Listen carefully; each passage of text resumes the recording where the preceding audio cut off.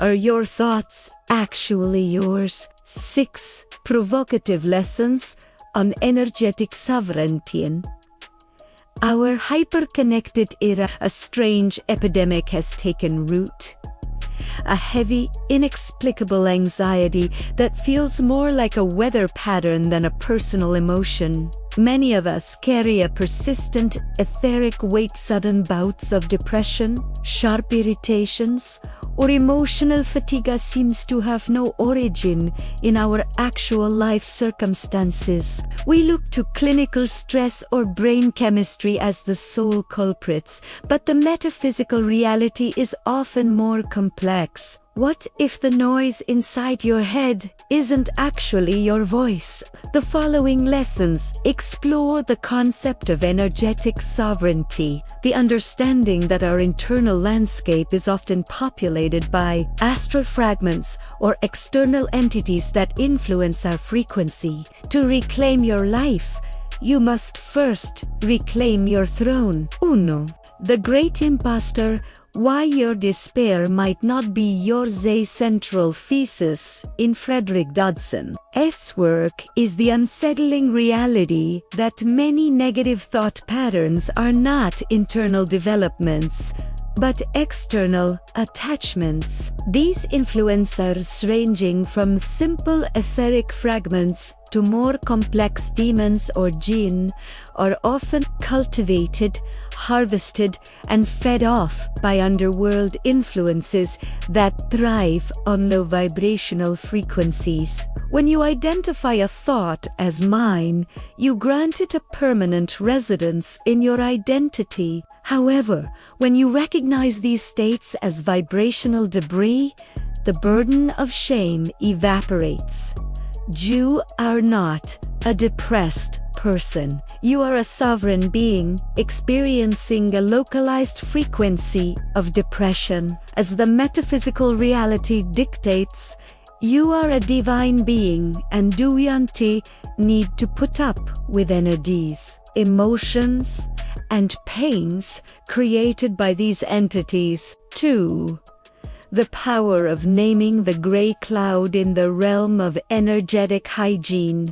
Transparency is the ultimate weapon. Many entities derive their power by hiding in the subconscious, masquerading as your own personality. The principle of calling a thing by its name strips away this camouflage. By identifying a specific energy, for instance, the fear of judgment entity, you drag it into the light of conscious awareness where it can no longer survive. Consider the case of Jane, a professional paralyzed by years of apathy. Traditional therapy failed because she believed the apathy was her own character flaw. Once she identified it as the gray cloud of apathy, she was able to find the open door that allowed it entry. A deeply buried limiting belief that it is safer to not care too much. By naming the entity and the belief, the attachment lost its grip, and her natural radiance returned. 3. Sovereignty means no deals when confronting negative energetic influences. We must abandon the victim mode that seeks to bargain or negotiate. To negotiate with an entity is to imply equality. It suggests that the parasite has something of value to offer.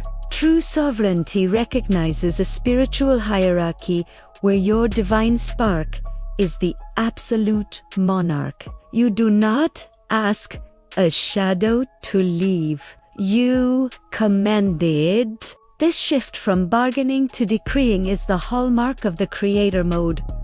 Your language must be direct, unequivocal, and issued from the authority of your internal throne. I acknowledge your presence, but I am the one in control here. Your influence is not needed. Leave now. 4. The alchemical gate.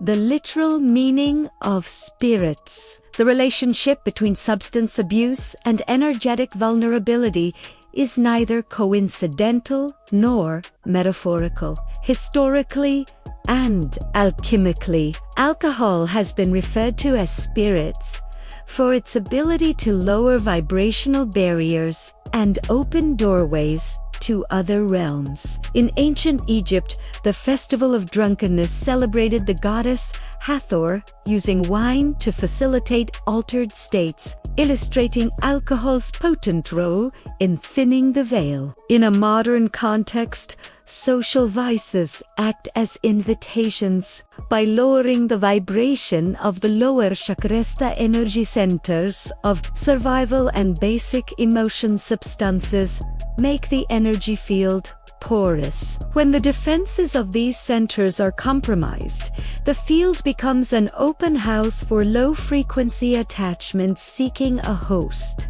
5. Digital parasites and the social media. Frequency modern technology has created unprecedented openings for entity influence. Social media platforms are not just communication tools. They are frequency generators that often trigger lower chakra imbalances by bombarding the psyche with hypersexualized content and perfect lives. They create the exact vibrational resonance, envy, lust, and inadequacy that digital parasites feed upon. These influences are often associated with specific demonic frequencies. Asmodeus lust thrives in the hypersexualized feeds of influencers. Mammon needs exploits the desperation and greed generated by a culture of lack. And Beelzebub depression feeds on the apathy found in the endless doom scroll. Every time we engage with these frequencies without discernment, we inadvertently open a door for these entities to manipulate our thoughts and actions. 6. The Great Debate. Astral fragments versus the sovereign soul. There is a visceral tension in the metaphysical community regarding how we view the stuck soul, while Dodson focuses on the reality of entity clearing.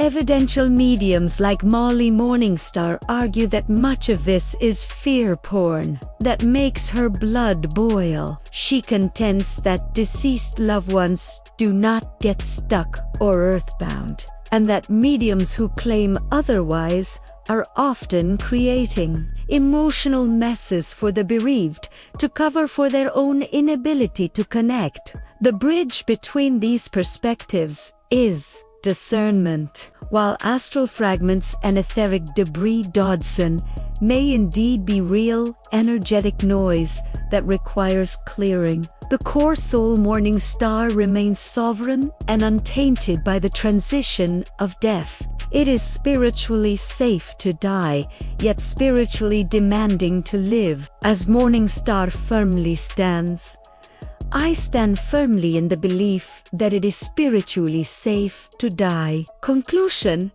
reclaiming the internal throne, maintaining energetic sovereignty is not a one-time event. It is a ritual of life. Reclaiming your energy field requires the same hygiene you afford your physical body. This means a commitment to regular, the intentional visualization of severing ties to that which drains you, and environmental management. Infuse your home with the protective frequencies of frankincense or sage. Cleanse your aura in salt baths with the reverence of a practitioner purifying a temple. When you set strong boundaries and remain mindful of the media you consume, you create a high vibrational sanctuary that is naturally inhospitable to shadow. Final thought: if you were to treat your energy field with the same hygiene you treat your physical body, what spirits would find themselves without a home tonight?